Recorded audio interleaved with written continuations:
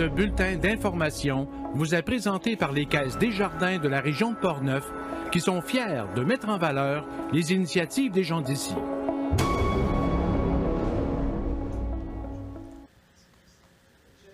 Nous sommes le jeudi 13 octobre 2022. Ici Michel Beausoleil. Voici votre téléjournal communautaire.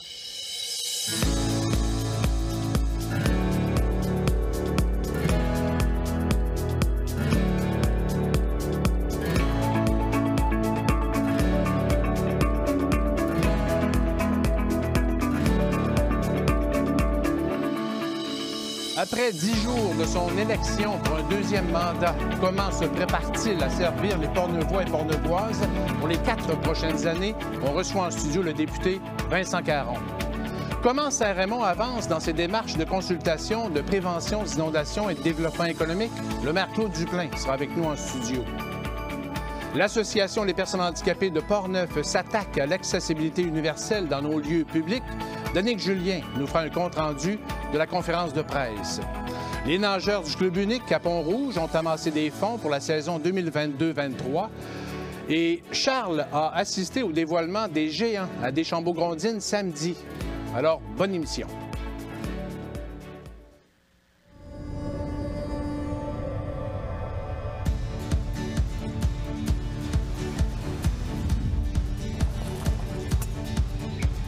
Ici, on se crée des souvenirs au fil des saisons et on vit au rythme de nos passions.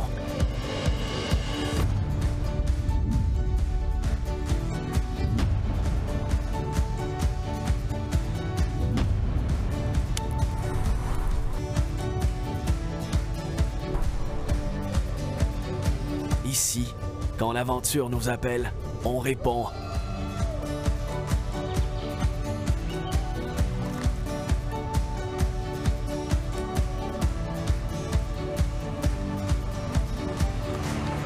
Ici, à Saint-Raymond, ma destination pour un séjour plein air réussi.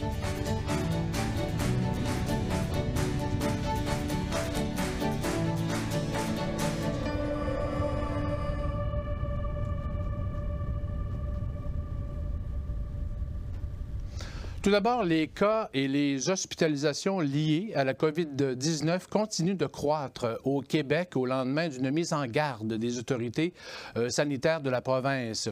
Les autorités font état ce jeudi de 2082 hospitalisations liées à la COVID-19, dont 614 cas traités spécifiquement pour la maladie, ce qui représente une hausse de 52 patients par rapport à hier. On note aussi une légère augmentation de 3 aux soins intensifs où 55 personnes sont soignées, dont 19 en raison directement de la COVID-19. Les professionnels de la santé sont aussi plus nombreux à devoir s'isoler. Ils sont 3 939 ce jeudi, ce qui représente une hausse de 191. 2 nouveaux décès se sont par ailleurs ajoutés au bilan qui s'établit désormais à 16 863 morts depuis le début de la pandémie. Ces nouveaux décès sont survenus il y a 2 à 7 jours. Hier, le ministre de la Santé, Christian Dubé, et le directeur national de la santé publique, le Dr Luc Boileau, ont fait une mise en garde aux Québécois pour leur recommander la prudence et leur demander de se tenir à jour dans la vaccination. Actuellement, seulement 22 % de la population a reçu une dose de rappel depuis moins de 5 mois. Après 10 jours de son élection pour un deuxième mandat le 3 octobre, comment se prépare-t-il à servir les Portneuvois et Portneuvoises pour les 4 prochaines années? On reçoit en studio le député de Portneuf, réélu, Vincent Caron. Bonsoir, M. Caron. Bonsoir, M. Beausoleil. Comment allez-vous? Bien, écoutez, très bien, très heureux, bien entendu, de cette réélection. Très heureux aussi d'avoir pris une petite semaine un petit peu plus tranquille, à me retirer dans le bois, au chalet, et puis à faire des petites choses qui m'ont permis de sortir un petit peu la politique et de la partisanerie qui existe durant toute une campagne. Mais maintenant, le livre de la partisanerie est refermé. Ouais. Je suis le député de l'ensemble de la population de Portneuf. Et puis, on revient au travail, mais vous savez, le bureau a été ouvert durant la campagne électorale, donc il y avait quand même des dossiers qui s'accumulaient, des dossiers qui étaient ouverts bien avant l'élection, qui perdurent dans le temps et que j'aimerais voir régler le plus rapidement possible. Donc toute l'équipe est à nouveau au travail pour accompagner les municipalités, accompagner les citoyens, accompagner les entreprises, bref, pour continuer ce qu'on a initié il y a 4 ans maintenant. Pas de changement au niveau du bureau? Non, ben écoutez, on ne change pas une équipe qui gagne. Vraiment, je suis tellement chanceux d'avoir une équipe aussi structurée et puis aussi compétente. Je suis souvent je dis que je suis poussé par la compétence au bureau. Vous savez que les meilleurs leaders s'entourent souvent de gens qui sont meilleurs qu'eux dans certains domaines, ce qui fait qu'on est complémentaires les uns les autres, les unes les autres, et ça fait la force du bureau. Et puis aussi, tout le monde est connu dans la population.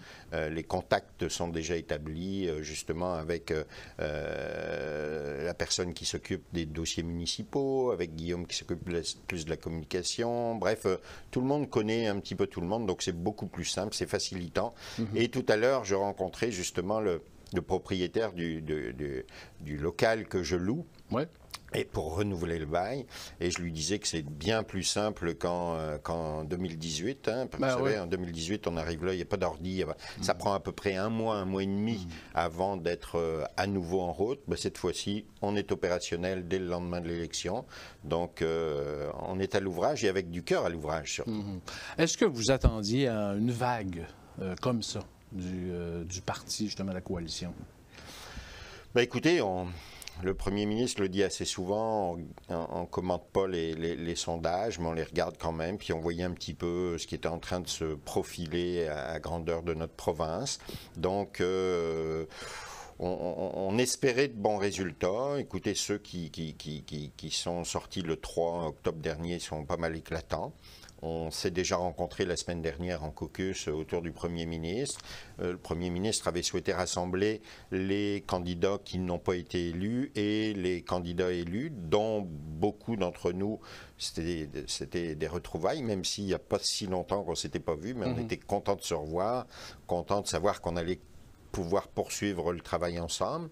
Donc, c'est toute une équipe, c'est un gros navire. Oui, surtout là, justement, en plus. Là. Le Premier ministre est en pleine réflexion actuellement pour justement constituer son Conseil des ministres, constituer... Ça devrait être annoncé le 20... Oui, c'est imminent. Là, c'est aux alentours du 20. Ouais. L'ensemble des députés de notre formation politique vont être assermentés le 18, donc mardi prochain. Et en effet, 2 jours après, le Conseil des ministres devrait être nommé.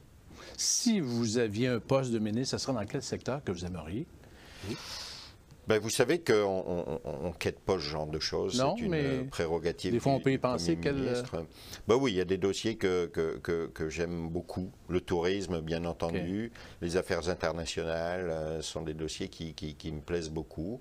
Mais écoutez, moi, j'ai toujours dit que je suis tellement heureux déjà d'être heureux et flatté même d'être le député de Portneuf que après il y a toujours une fonction qui s'ajoute habituellement, donc juste cette fonction qui est la fonction essentielle finalement. Pourquoi qui sont les gens qui vous élisent? Ce sont les gens de votre circonscription, donc ils s'attendent à quoi? À ce que vous preniez en charge les dossiers, que vous représentiez la circonscription. Donc la plus grande des missions, même lorsqu'on est ministre, c'est celle de député. Donc moi, quel que soient les jours qui viendront et les nominations qui pourront advenir, je peux vous assurer que je serai heureux, mais surtout déterminé à poursuivre le travail pour Portneuf. Est-ce que c'est vous qui choisissez vos commissions parlementaires? Comment ça fonctionne à ce niveau? On ne les choisit pas, mais on peut se permettre de donner notre avis sur les préférences. Parce que finalement, vous savez, M. Legault est quelqu'un qui va rechercher avant tout l'efficacité. Donc de nommer un député sur une commission alors qu'il sait pertinemment que ce député-là n'apprécie pas particulièrement ce dossier-là ou à moins d'expérience dans ce domaine-là, il n'y aurait pas vraiment intérêt à le positionner sur cette commission-là. Donc, on est amené à faire à manifester plutôt des choix, des intérêts. Et puis, moi, c'est ce que j'ai fait. Et puis, on verra bien. Mais qu'est-ce qui vous intéresserait là actuellement, à partir de votre expérience de 4 ans? Moi, j'adore la commission de l'administration publique, une commission sur laquelle j'ai siégé, sur laquelle j'étais vice-président. C'est une commission bien particulière. Soit l'élu la déteste ou soit il l'adore. Parce que c'est une commission qui est non partisane. Donc, notre rôle, c'est d'aller justement convoquer le ministère du Transport, le ministère du Tourisme, et de leur demander de nous présenter leurs états financiers, de leur demander des comptes, finalement, sur leur manière de gérer, sur la manière de s'organiser. Souvent, les gens de la CAP, la Commission de l'administration publique, sont perçus comme les méchants auprès des ministères. Mais moi, c'est un rôle que j'aime beaucoup. Et puis, bien souvent, au-delà de venir mettre le doigt sur le bobo, j'allais dire, on vient en tentant d'apporter des solutions et puis on voit des résultats assez rapidement. Donc ça, c'est une des commissions que j'apprécie beaucoup. Transport et environnement, c'est une commission que j'aime beaucoup. Donc on va voir de quoi seront faits les jours qui viennent. Est-ce que ça sera plus facile pour les 4 prochaines années, étant donné votre expérience de 4 ans aussi? Vous êtes plus nombreux au pouvoir aussi, et à partir des engagements lors de la campagne électorale, avez-vous l'impression que ça sera plus facile, justement, de développer les régions comme la nôtre, justement, Portneuf? On part sur une base qui est déjà écrite, hein, le script est là, donc il va falloir maintenant peaufiner tout ça. Mais vous savez, et je ne pouvais pas l'annoncer avant ou durant la période électorale parce qu'on ne voulait pas que ce soit perçu comme quelque chose qui soit électoraliste. Mais avant de quitter la précédente législature, on s'était assuré par exemple de réserver des sommes qui sont dédiées pour le quai de Portneuf. Il y a 10 millions de dollars qui sont dédiés pour valoriser le quai de Portneuf. Donc ça, c'est un exemple flagrant. Avant de partir, on s'était dit, si on est réélu, on sait que dans le prochain budget, on va réserver tel montant pour tel projet. Puisqu'on a été réélu, eh bien ça va tomber valide et on va pouvoir avoir les mains libres et puis continuer de développer ce genre de belles initiatives qu'on a, chacun dans nos régions. Et dans Portneuf, il y en a quelques-unes. Je sais que le maire de Saint-Raymond va me succéder d'ici quelques minutes, mais le dossier de la lutte contre les inondations ici sur la rivière, c'est un dossier qui a été initié depuis de nombreuses années, mais qu'il faut absolument poursuivre. Donc le fait d'avoir une équipe qui soit pas toujours la même, mais qui soit déjà bien initiée, c'est forcément facilitant. Donc oui, ce sera plus simple. Puis après, moi, je ne suis pas quelqu'un de sauvage, mais il faut quand même apprendre à connaître les gens et tout ça. Je ne sais pas de quoi sera composé le prochain Conseil des ministres, mais je connais la plupart, il y aura quelques nouveaux, mais lorsqu'on connaît déjà la plupart des femmes et des hommes qui vont former le Conseil des ministres, l'accès est plus simple. Puis, vous savez, on a entendu durant la campagne électorale que d'être député d'arrière-ban, c'était pas très utile, etc. Écoutez, d'être député du gouvernement, c'est quand même très utile parce que l'accessibilité justement au ministre qui a plus de pouvoir finalement, qui a le pouvoir décisionnel, on l'a en direct. Là. Chaque jour, nous, on est en contact avec lui. Donc, ces liens sont déjà établis, ces liens sont déjà bâtis. Donc, en effet, le travail sera plus simple. Et puis de connaître les lieux aussi, de s'approprier l'Assemblée nationale, ça prend du temps. Donc les rouages, le fonctionnement. Vous savez, la première fois qu'on m'a demandé de porter un projet de loi d'intérêt privé, je me suis demandé ce que c'était. J'en ai porté quelques-uns depuis. Donc il y a beaucoup de choses qui vont être plus facilitées. Et puis j'ai hâte de retourner à Québec. Vous avez parlé du quai de Portneuf, vous avez parlé de la prévention des inondations de la rivière. Les gros dossiers, c'est la santé, encore une fois. Est-ce que déjà ce qui a été annoncé ou les engagements du parti, justement, lors de la campagne électorale au niveau de la santé, ça va faciliter le recrutement, selon vous, ici dans Portneuf? Écoutez, il y a des... Et puis, j'ai un rendez-vous avec le PDG du CIUS dans les jours qui viennent. Il y a déjà, j'ai de bons sons de cloche. C'est sûr que c'est pas... Et puis, il ne faut pas laisser rêver ou laisser croire tout et n'importe quoi à la population. C'est pas vrai qu'en claquant des doigts, on va avoir comme ça 10 médecins qui vont arriver dans Portneuf. En revanche, on peut déployer ce que je vais appeler une équipe stratégique de professionnels de la santé. Bien sûr, ça passe par les médecins, mais ça passe aussi par des IPS, ça passe aussi par toutes sortes de professionnels de la santé. Donc il faut que ce plan-là se mette en place. Puis je comprends les Québécoises et les Québécois, je comprends les Portneuvoises et les Portneuvois. Au bout d'un moment, tout le monde, successivement, il y a eu tellement de promesses en matière de santé que là, on se dit... Vas-tu y croire cette fois-ci? Mais on n'a plus le choix. Puis on n'a plus le choix de penser différemment. Ça, c'est vraiment fondamental. Moi-même, je n'ai pas de médecin de famille. Par chance, je n'ai pas de souci de santé. Mais dès lors que je vais en avoir un, moi, ce que je vais rechercher, c'est de pouvoir faire affaire avec un professionnel de la santé, que ce soit un médecin ou une IPS, pour régler mon problème. Oui, pour être soigné. Après ça, que la fois d'après, lorsque j'aurai un autre bobo, soit un autre médecin, ça ne change rien à ma vie. De toute manière, mon dossier médical existe. Donc, cet attachement aux médecins de famille qu'on avait par le passé, petit à petit, va se dissiper parce que on aura un médecin qui va répondre à nos besoins, mais peut-être plus comme on l'avait avant, et fort probablement plus comme on l'avait avant, avec quelqu'un qui soit vraiment attitré durant quasiment toute notre vie, et qui s'occupe à la fois de nos parents, de nous et de nos enfants. C'est un petit peu de l'utopie maintenant, mais il faut repenser la façon de faire les choses. La télémédecine va aussi contribuer à améliorer tout ça. Bref, il y a de grands chamboulements, de grands bouleversements en matière de santé. Puis on va aussi former de nouveaux médecins, sauf que ça prend 7 ans à former un nouveau médecin. Donc on ne peut pas se priver de ces médecins qui vont être formés durant ces 7 années plutôt. On ne peut pas se priver de professionnels de la santé. Donc il va falloir ruser et trouver d'autres moyens. Mais déjà, je trouve qu'à Saint-Raymond, et puis le fait d'avoir une clinique comme ça qui soit moderne, est intéressant parce qu'on le ressent. Là. Les professionnels sont plus attirés vers une clinique qui soit comme ça moderne. Un des sérieux problèmes qu'on a dans Portneuf est à Saint-Marc-des-Carrières et je veux absolument accompagner la clinique de Saint-Marc-des-Carrières et les professionnels là-bas pour qu'on trouve une solution.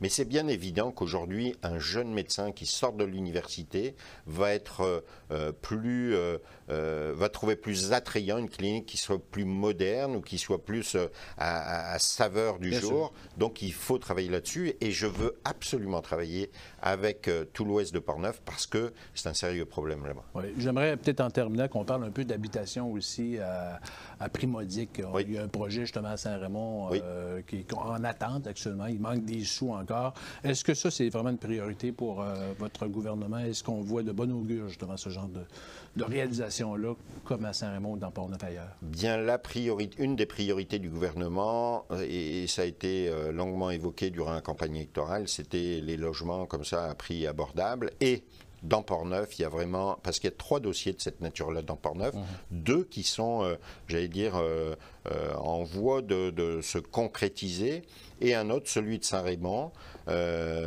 qui pose plus problème en ce moment.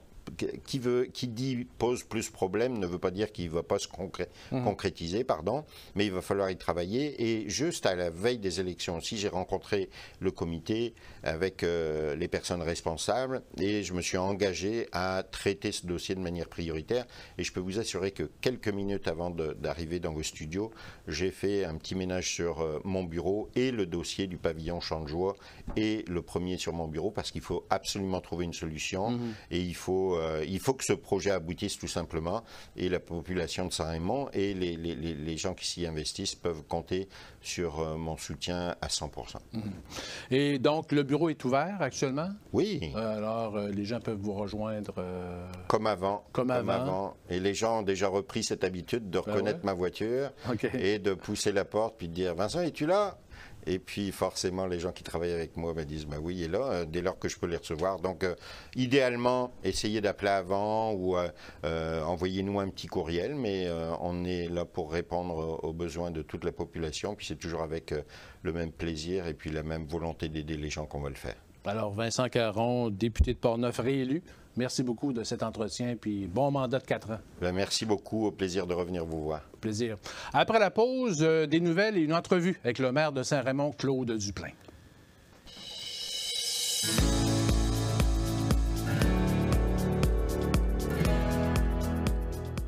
Grâce à vos idées, nous avons un plan pour la transition énergétique qui est...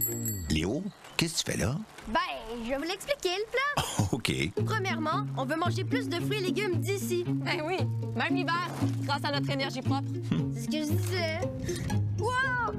Faut moins polluer pour se déplacer aussi. Là, tu parles de la mobilité durable. Ouais, puis tous les petits gestes comptent, fait que oubliez pas d'éteindre les lumières avant de partir, là. J'aurais pas dit mieux, mon Léo. Faites partie de la transition énergétique. Visitez énergieencommun.ca. J'adore les cocktails. J'aime ça le vin blanc, le vin rouge, le vin rosé, le vin, hein? Je bois du vin rouge avec mon popcorn. Moi, j'aime ça, quelque chose de cute. Moi, j'aime ça quand c'est corsé. Faut que ça soit un petit peu râpeux, là. Je sais pas si je m'exprime bien.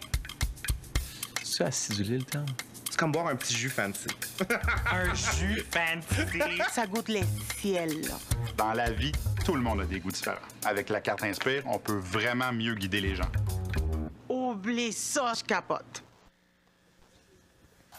Le député fédéral de Portneuf-Jacques-Cartier, Joël Godin, a été reconduit au poste de ministre du cabinet fantôme, responsable des langues officielles du Parti conservateur du Canada, à la suite de l'arrivée du nouveau chef Pierre Poilièvre. Le député Joël Godin entend poursuivre ses objectifs et ceux de son parti, d'arrêter le déclin de la langue française, de la promouvoir et surtout de la protéger, tout en maintenant un pays bilingue par ses 2 langues officielles, l'anglais et le français. Le député Gérard Deltel sera porte-parole en matière d'environnement et Richard Martel au sport et à l'Agence de développement économique du Canada pour les régions du Québec. La Sûreté du Québec dénombre 5 décès lors de 3 collisions mortelles sur l'ensemble des routes de son territoire tout au long du long congé de l'Action de grâce du 7 au 10 octobre dernier. Les accidents mortels sont survenus à Saint-Hélène-Laurentide, Saint-Urbain et Sorel-Tracy. Aucune collision mortelle n'est survenue sur le réseau récréo-touristique. L'an dernier, au cours de la même période, 11 personnes avaient perdu la vie, dont 8 décès sur le réseau routier et 3 sur le réseau récréo-touristique. En cette saison de chasse, la Sûreté du Québec rappelle certains conseils aux chasseurs qui sont de plus en plus nombreux, souvent en milieu isolé. Tout chasseur utilisant une arme à feu doit avoir un permis de possession et d'acquisition d'armes à feu valide et doit respecter les conditions d'entreposage et du transport de façon sécuritaire et prudente.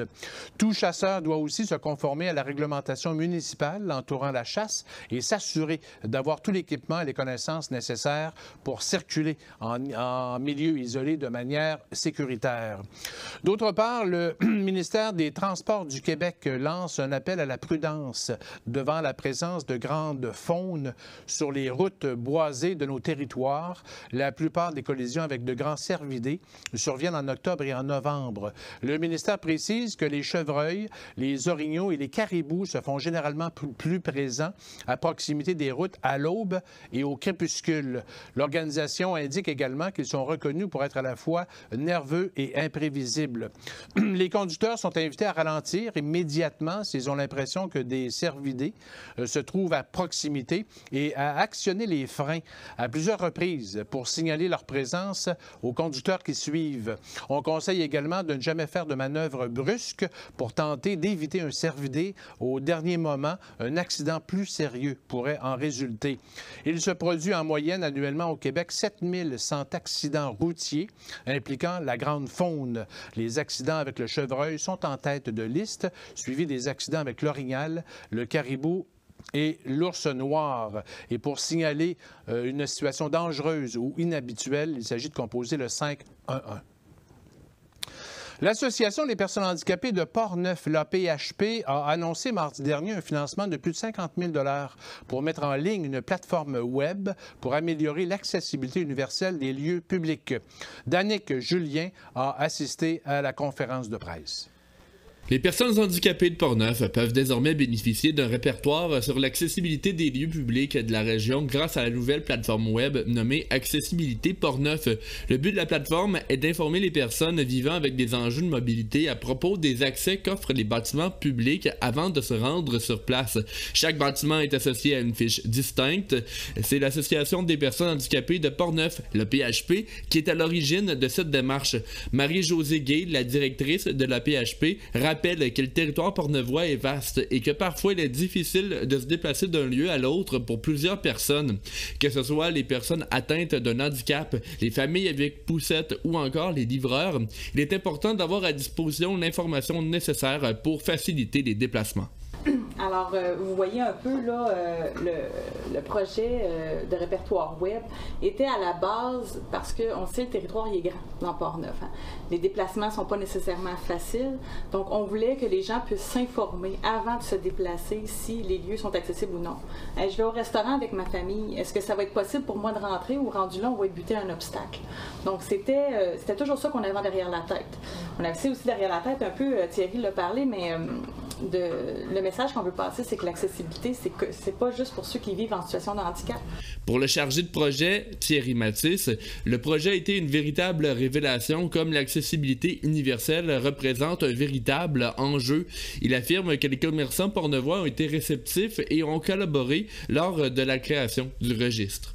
C'est clair que nous, on faisait des commentaires s'il y avait des difficultés, par exemple, simplement un petit seuil ou des choses comme ça, ou de la peinture qui est sur un stationnement qui est déficiente, qui est non présente.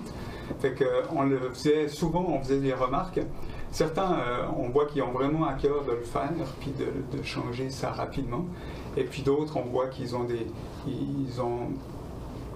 d'autres préoccupations à l'heure actuelle. Pour la réalisation de ce projet, le PHP a reçu 25 000 $ du fonds structurant de la MRC de Portneuf, un montant de 28 726 $ du programme de soutien aux organismes de promotion de l'offre des personnes handicapées de Portneuf et une contribution du député Vincent Caron.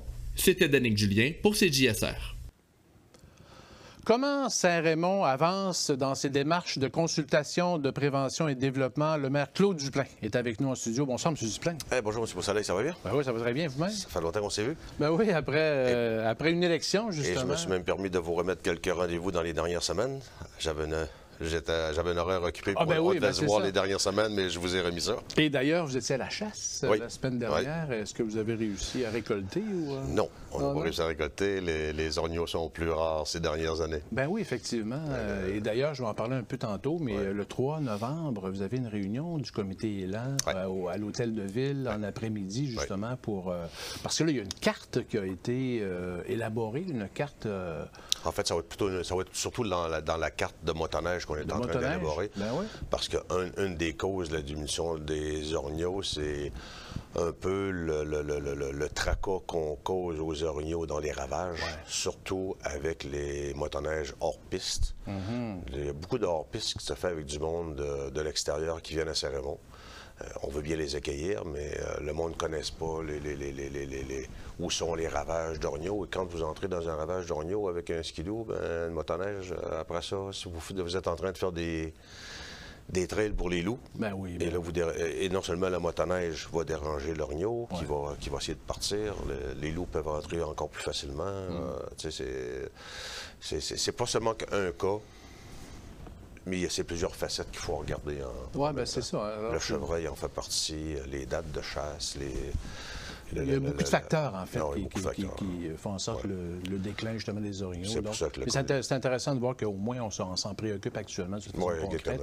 Le comité Élan, ce qu'il veut, c'est premièrement travailler avec le gouvernement, qu'on nous consulte dans l'élaboration de la nouvelle plateforme qui veulent sortir en 24.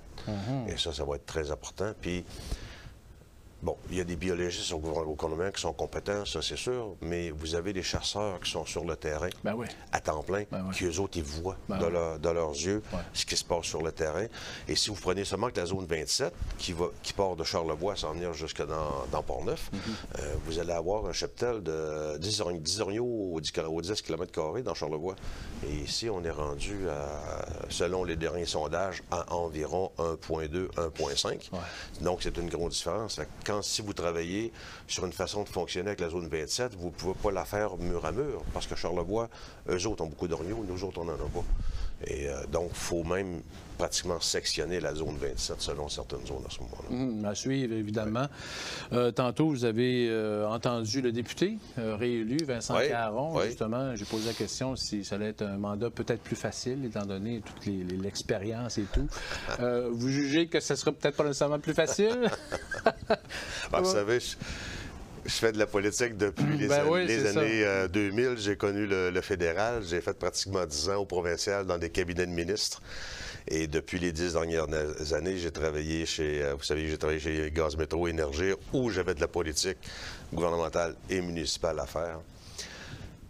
L'expérience m'a dit que, premièrement, je suis content de l'élection de M. Vincent, de notre député. Ça va sûrement être plus facile pour nous, les municipalités, d'avoir quelqu'un avec un gouvernement en place que de nouveau qui arrive.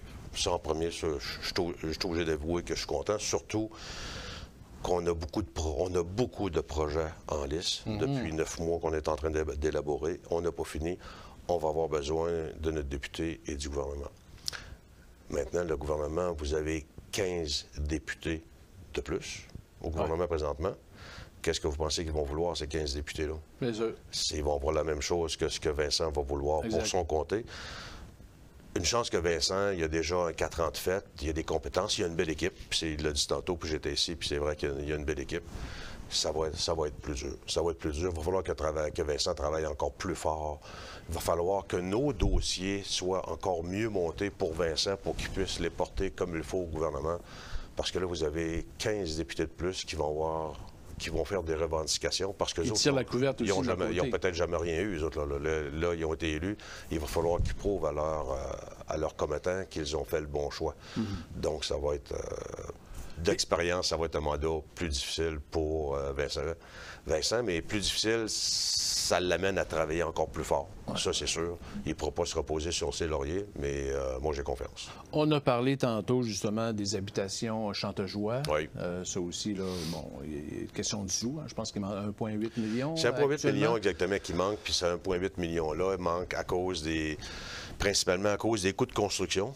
Okay? Et certaines directives que le gouvernement devra changer pour abaisser les contributions, augmenter la leur, diminuer d'autres choses, mais tu sais, c'est... La manière que c'est fait, c'est qu'on ne peut pas commencer la construction. On n'a pas le OK pour aller de l'avant tant qu'on n'a pas bouclé le budget à 1,8 million. Mais... on est parti d'un projet de 8 millions, puis on est rendu à un projet environ, là. Je ne vais pas donner des chiffres exacts, 6-8 millions, on est rendu à 12-14 millions. OK? Fait que si on s'en va en soumission demain matin, là, les prix des matériaux baissent et ça se calme un peu. Notre soumission, on a seulement qu'à sortir à 1,8 million de moins. On ne manque pas d'argent. Comprenez-vous? Mais il faut se fier aux soumissions qu'on a avant d'aller de l'avant. Fait que si on pouvait aller de l'avant, aller dans la soumission, on sait qu'il nous manque le 1,8 million, mais par hasard qu'on sortirait moins cher, il ne nous manquera pas d'argent. Donc, le gouvernement n'aura pas à rajouter, mais c'est une règle qu'on doit avoir un business case qui se tient au complet avant de commencer à fonctionner. Parmi les besoins de subvention du gouvernement, bien sûr, il y a tous les travaux de la rivière actuellement. Bon, ce qui reste, en fait, c'est le moulin, peut-être? En fait, ce qui reste à faire dans la rivière, là vous savez qu'on a fait le SRG. Je ne sais pas si vous avez été voir, mais c'est extraordinaire à voir. Peut-être que chez Ziachère, on va aller prendre des prises de vue, montrer ça à la population. C'est extraordinaire. Ça, on pense que ça va nous aider beaucoup. C'est un gros pas. Je pense que le monde comprend souvent avec des chiffres. Là. Tout ce qu'on avait fait à venir jusqu'ici avant cet été, on pouvait dire qu'on avait minimisé nos chances de 10 à 15 % en faisant le SRG et la structure de retenue des glaces et de faire le dragage en arrière de la stacane. On augmente nos chances environ à 40 %. Ce qui va rester à faire, c'est que là, il faut acheter le barrage. Il faut le rénover. On va y installer une ballonne, parce qu'on a déjà un ballon gonflable. On va pouvoir jouer avec l'eau. Et on va aussi faire un dragage dans une partie. Ça nous demande un BAP. Ça va être plus long, parce que là, comme il y a plus de dragage à faire à partir dans le coin du débarcadère, Ça va nous prendre un BAP. Un BAP, c'est plus compliqué. Vous avez réussi à avoir quelque chose de spécial, en tout cas? Parce qu'on a réduit, le nombre de mètres carrés sur lesquels on travaillait dans la rivière. Ah, OK. Et on a... donc, on a réussi à s'en tirer... Vous n'avez pas été obligé d'aller dans la consultation. Avec l'article 21, on a réussi à se soustraire de ce que vous ne pourrez pas faire. Ce qu'on ne pourra pas faire là-bas. Okay. Donc, c'est... Puis on parle de combien d'investissements, à peu près, là, qui doit s'en venir? Encore 15 millions. Encore 15 millions. 15 millions. Que le gouvernement devra... oui, nous aider. Et ça, je suis content parce que, justement, avant les élections, on a fait un peu de politique, puis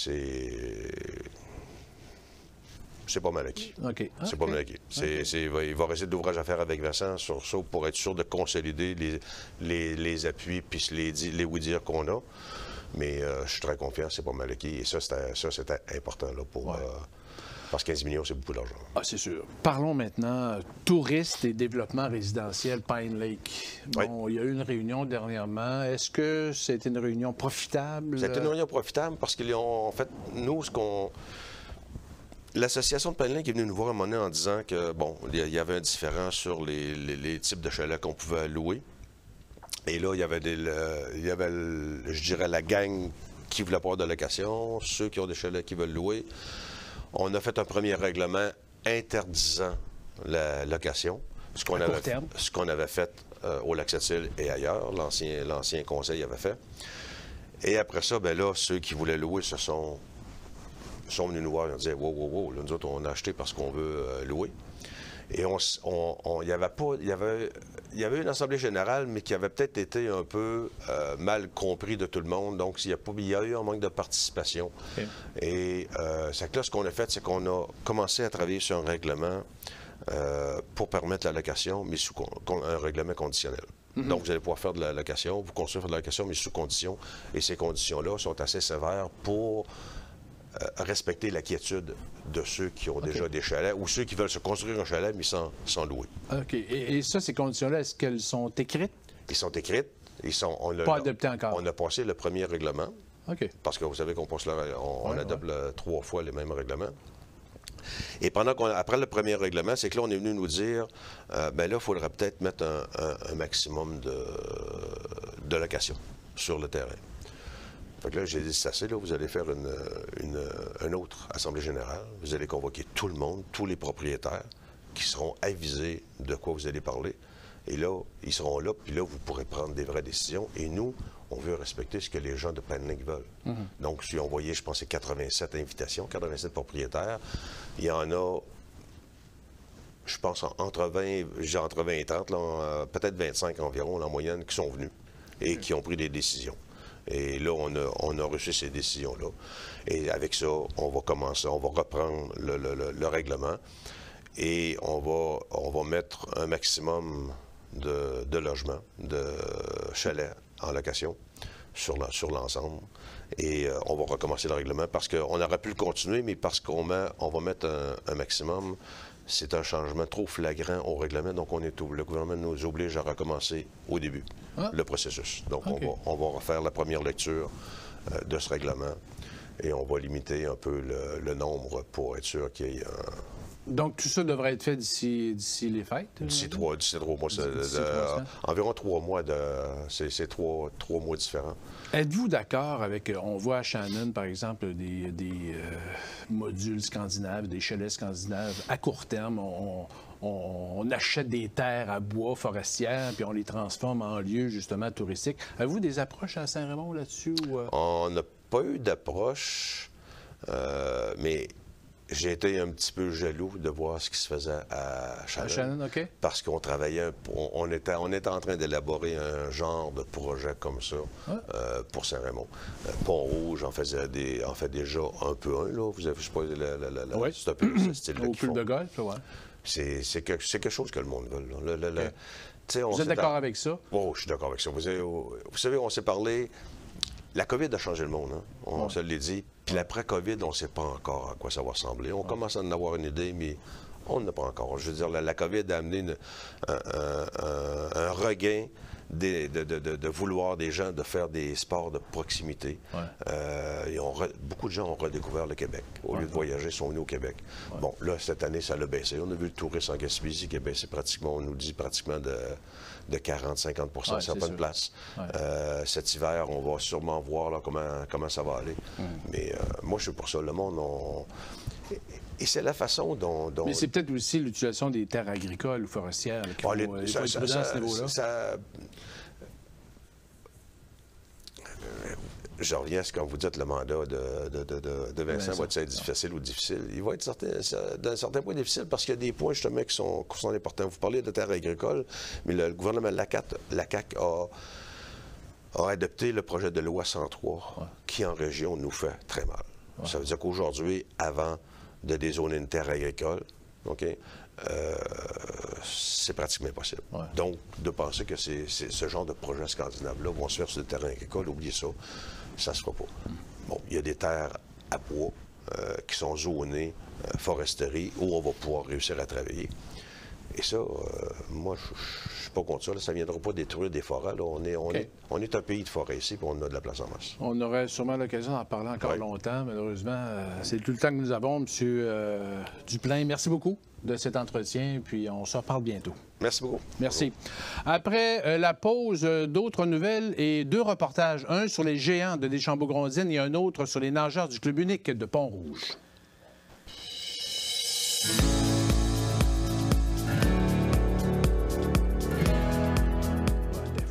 Grâce à vos idées, nous avons un plan pour la transition énergétique. Léo, qu'est-ce que tu fais là? Ben, je vais vous l'expliquer, le plan. OK. Premièrement, on veut manger plus de fruits et légumes d'ici. Ben oui, même l'hiver, grâce à notre énergie propre. C'est ce que je disais. Wow! Faut moins polluer pour se déplacer aussi. Là, tu parles de la mobilité durable. Ouais, puis tous les petits gestes comptent, fait que oubliez pas d'éteindre les lumières avant de partir, là. J'aurais pas dit mieux, mon Léo. Faites partie de la transition énergétique. Visitez énergieencommun.ca. J'adore les cocktails. J'aime ça le vin blanc, le vin rouge, le vin rosé, le vin, hein? Je bois du vin rouge avec mon popcorn. Moi, j'aime ça, quelque chose de cute. Moi, j'aime ça quand c'est corsé. Faut que ça soit un petit peu râpeux, là. Je sais pas si je m'exprime bien. C'est acidulé, le terme? C'est comme boire un petit jus fancy. Un jus fancy. Ça goûte les ciels. Dans la vie, tout le monde a des goûts différents. Avec la carte Inspire, on peut vraiment mieux guider les gens. Oublie ça, je capote. L'organisme d'aide alimentaire pour la grande région de Québec, Moisson Québec, souligne ses 35 ans d'histoire en 2022. En 1987, M. André Mignot inaugurait le premier centre de distribution à Québec et qui avait pour but de répondre à des besoins d'aide alimentaire que l'on croyait temporaires. Le nouveau centre de distribution à Québec, maintenant sur l'avenue Kepler, ouvrira ses portes à la population le dimanche 16 octobre prochain. Les visiteurs pourront découvrir la logistique derrière le centre de distribution, le fonctionnement de la récupération des denrées, le rôle des organisatrices communautaires et les différents moyens de s'impliquer. Le dimanche 16 octobre, on soulignera aussi la Journée mondiale de l'alimentation, une journée qui traite de l'insécurité alimentaire et des solutions possibles.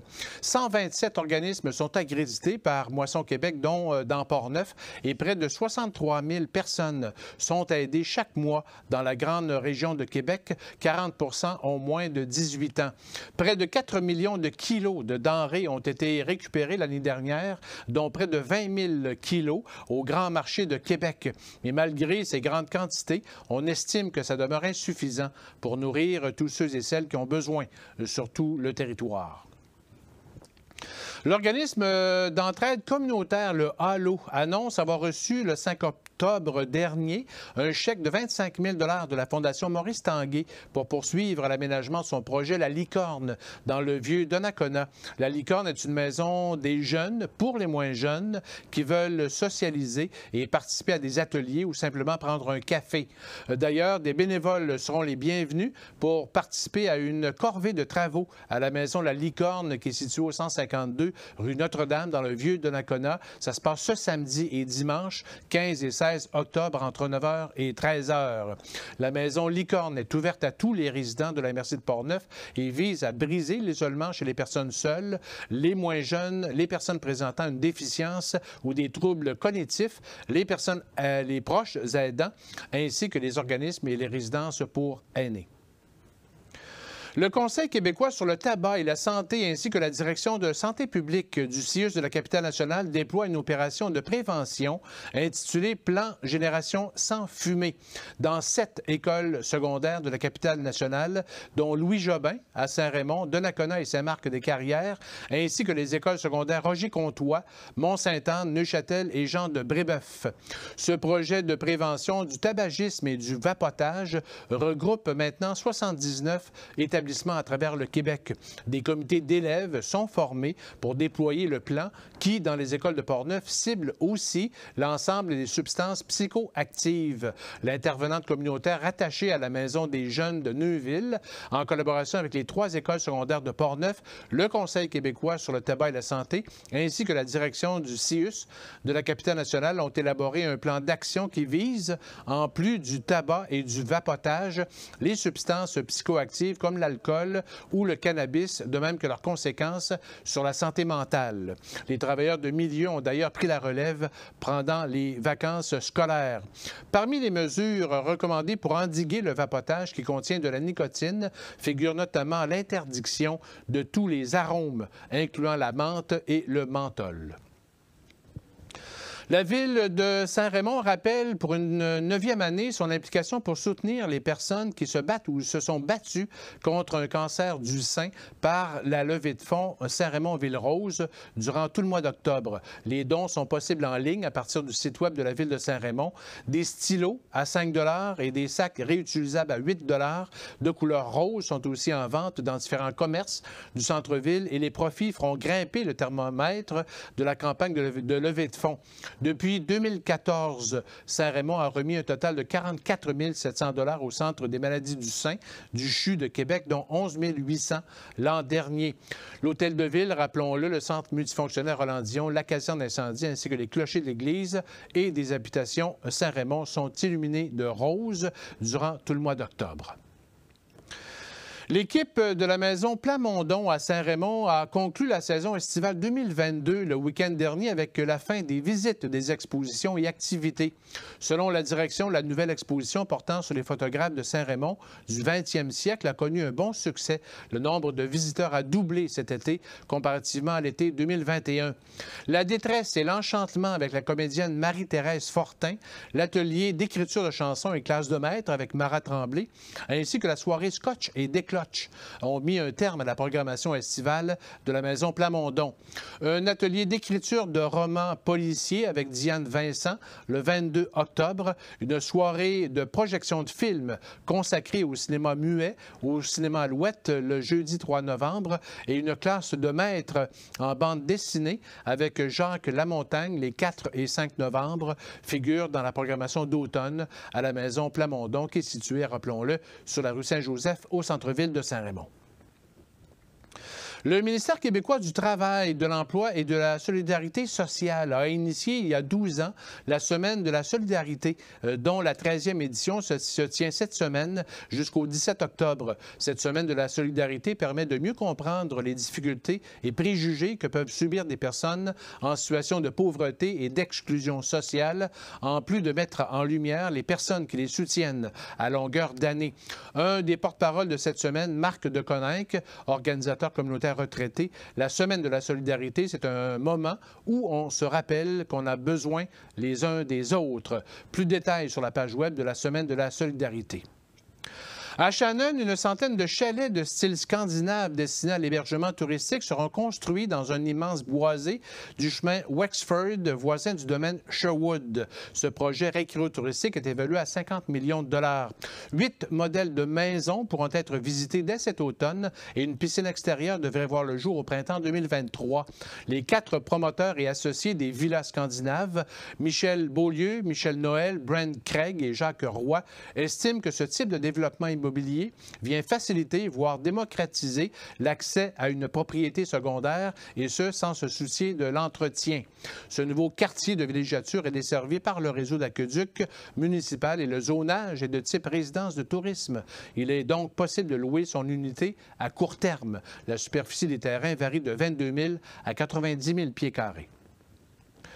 D'autre part, le lundi 3 octobre dernier, la ville de Shannon a ouvert les portes de la petite école du 4e rang située sur la rue Saint-Patrick à 80 élèves de l'école Alexander Wolf dans le cadre d'une activité pédagogique. Construite en 1877, cette modeste école en bois rénovée a permis à la ville d'être récompensée dans la catégorie conservation et préservation pour sa restauration lors de la remise des prix du patrimoine 2022.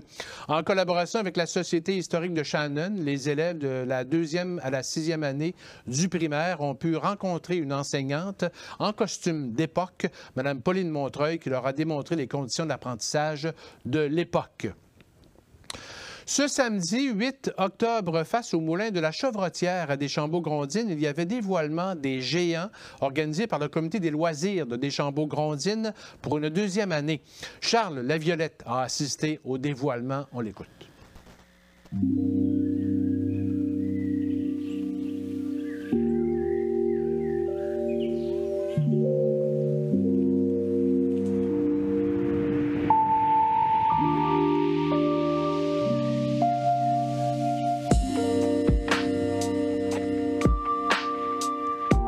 Aujourd'hui, on se retrouve en fait sur le site de l'allée Alcoa, qui est à Deschambault-Grondines. Je suis Vanessa Richer du comité des loisirs de Deschambault-Grondines. Aujourd'hui, entre autres, c'est le lancement au niveau des géants. C'est les entreprises du secteur, pas juste de Deschambault-Grondines, mais on en a de Portneuf, on en a de Saint-Marc, qui ils ont créé des géants qui sont venus installer ici pour pouvoir mettre la magie d'octobre, qui est disponible tout le long d'octobre. Soir et jour, lumière et tout ça ont été aménagés pour que ce soit accessible. Et on clôture le tout le 29 octobre avec un parcours de l'horreur. Il y en a qui ont utilisé, oui, des matériaux qu'ils ont dans leur entreprise, d'autres qui ont juste été, c'est sûr qu'ils ont été souvent touchés, la petite fibre qui se rapprochait de leur entreprise. Donc, si on parle de Magasin Général Paris, ils ont des canettes pour créer leur structure. Si on parle de l'antiquaire, bien, ils ont pris des vieilles clôtures de fer forgé, plomberie au du rivage, ils ont des tuyaux. Alain M&M, ils ont de la structure de bois. Donc, on comprend qu'ils prennent leurs matériaux qu'ils utilisent parce qu'ils connaissent bien. C'est représentatif de leur entreprise, mais l'objectif est vraiment de venir créer la magie, de montrer qu'ils sont présents dans la population avec nous.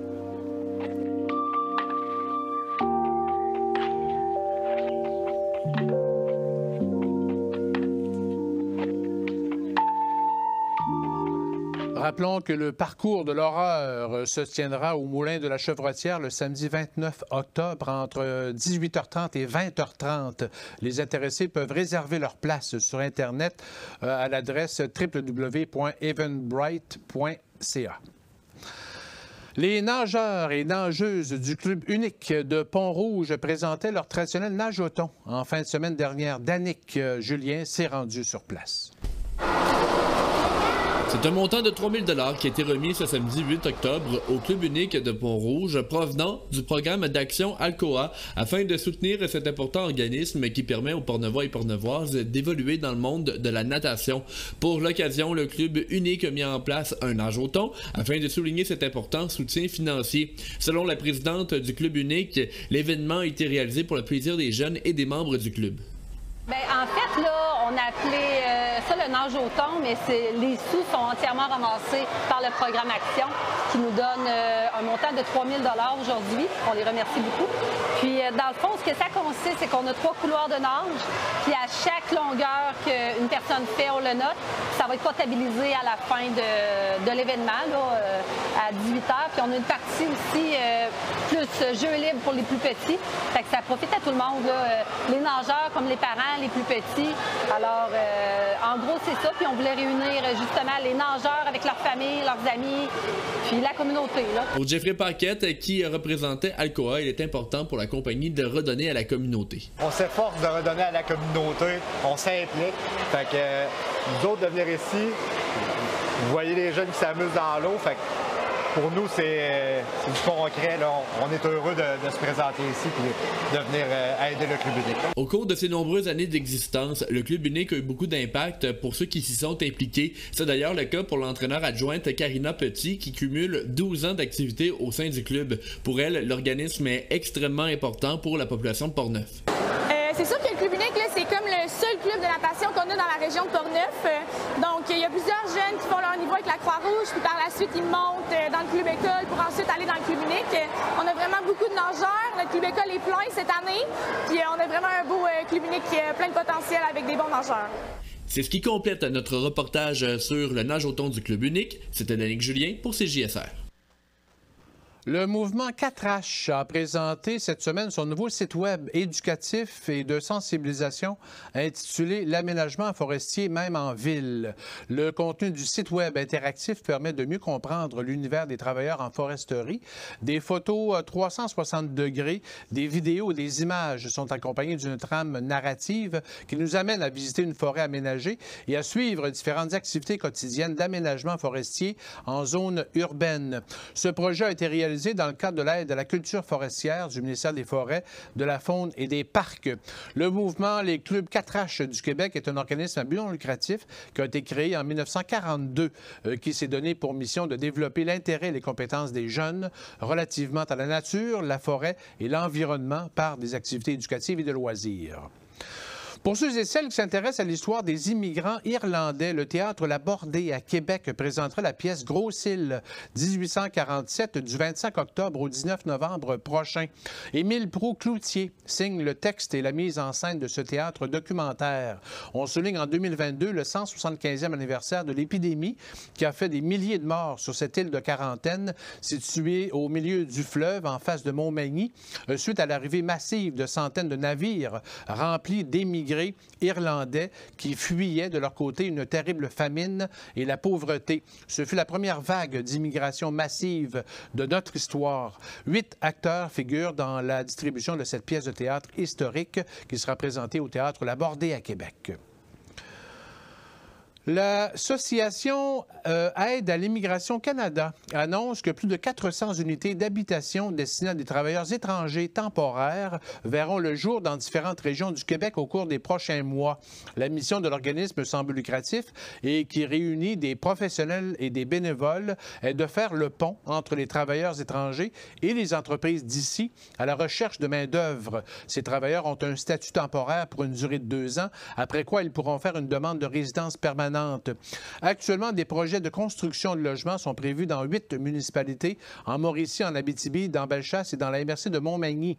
La valeur de ces projets totalise plus de 85 millions de dollars et l'objectif de l'Association Aide à l'immigration Canada est de pouvoir annoncer 2500 unités de logements supplémentaires destinés à des travailleurs étrangers temporaires au cours de la prochaine année. La Ville de Saint-Raymond, via son service des loisirs et de la culture, reconnaîtra l'action des bénévoles de son territoire le vendredi 4 novembre prochain et invite les organismes à faire connaître leurs personnes qui contribuent à l'essor de la vie communautaire. Les organismes ont jusqu'au 28 octobre pour faire connaître leurs bénévoles émérites et qui ont consacré au moins 20 heures durant l'année. La soirée des bénévoles 2022 se tiendra au centre multifonctionnel Roland-Dion. Un souper suivi de la performance musicale du duo multi-instrumentiste de Singing Piano sont prévus à l'horaire. Devant les inquiétudes de certains gestionnaires fauniques voyant un déclin marqué de la population d'orignaux dans la région de la capitale nationale, dont Portneuf, le comité Élan a élaboré la première version d'une carte des zones de circulation des motoneiges hors piste qui sera présentée le jeudi 3 novembre prochain au sous-sol de l'hôtel de ville de Saint-Raymond dès 13h en après-midi. La circulation parfois intense des motoneiges dites hors piste dans des habitats sensibles pour l'orignal a été identifié comme l'un des facteurs contribuant à ce déclin. Un lien Team est aussi disponible pour assister à la rencontre d'une façon virtuelle. Le comité souhaite entendre l'opinion des différents intervenants pour actualiser cette carte de circulation. Lors de la rencontre du 3 novembre à Saint-Raymond, il sera question, entre autres, du contexte et la nature de la démarche du comité Élan, ainsi que les enjeux territoriaux liés à la circulation des motoneiges hors piste.